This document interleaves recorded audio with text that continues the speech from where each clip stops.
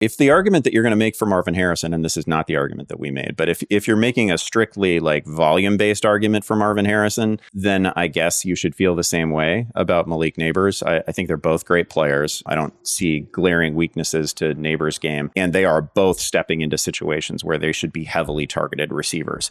It's just one of them is a heavily targeted receiver with Kyler Murray at quarterback, and the other one is headed to a pretty messy QB situation in New York. And I feel like there should be more than a round of difference between them. You want to take Neighbors as at the back end of the wide receiver twos as a wide receiver 3. You're looking at him in round 4, round 5. I get it. This felt pretty aggressive to me, especially like, I don't know, again, you start looking at the receivers who were on the board. It's Metcalf, it's DJ Moore, Devontae Adams is on the board. Ayuk, both Niners are on the board, right? It's a good group of receivers who are still there. I get it with the volume game with Malik Neighbors, but am I going to get, I don't know.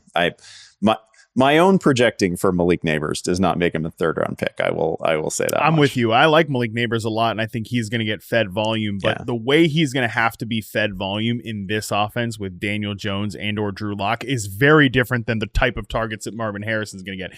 Harrison's going to get like vertical targets on the outside. I think Malik Neighbors is going to get a lot of like some Mickey Mouse targets here just to get him going in the open field, which is good and bad, right? We could come away from Malik Neighbors' rookie season thinking like, oh, that was really, quote, inefficient with the volume that he got, like, which could be no fault of his own, certainly. I don't care what you think about Kyler Murray. He's a much better quarterback than either of these two guys here in New York. So I think the floor ceiling combination, that is a wide range for Malik Neighbors. And I just don't think the ceiling necessarily is higher than DK Metcalf or higher than a DJ Moore this year, these guys, or some of the players you mentioned that go off in round 4. So I agree with you. That one stood out to me. If that's going to be the Malik Neighbors price this year, I'm just not going to have a lot of Malik Neighbors in drafts this season, which there's so many good receivers. I don't necessarily know that that's going to kill me.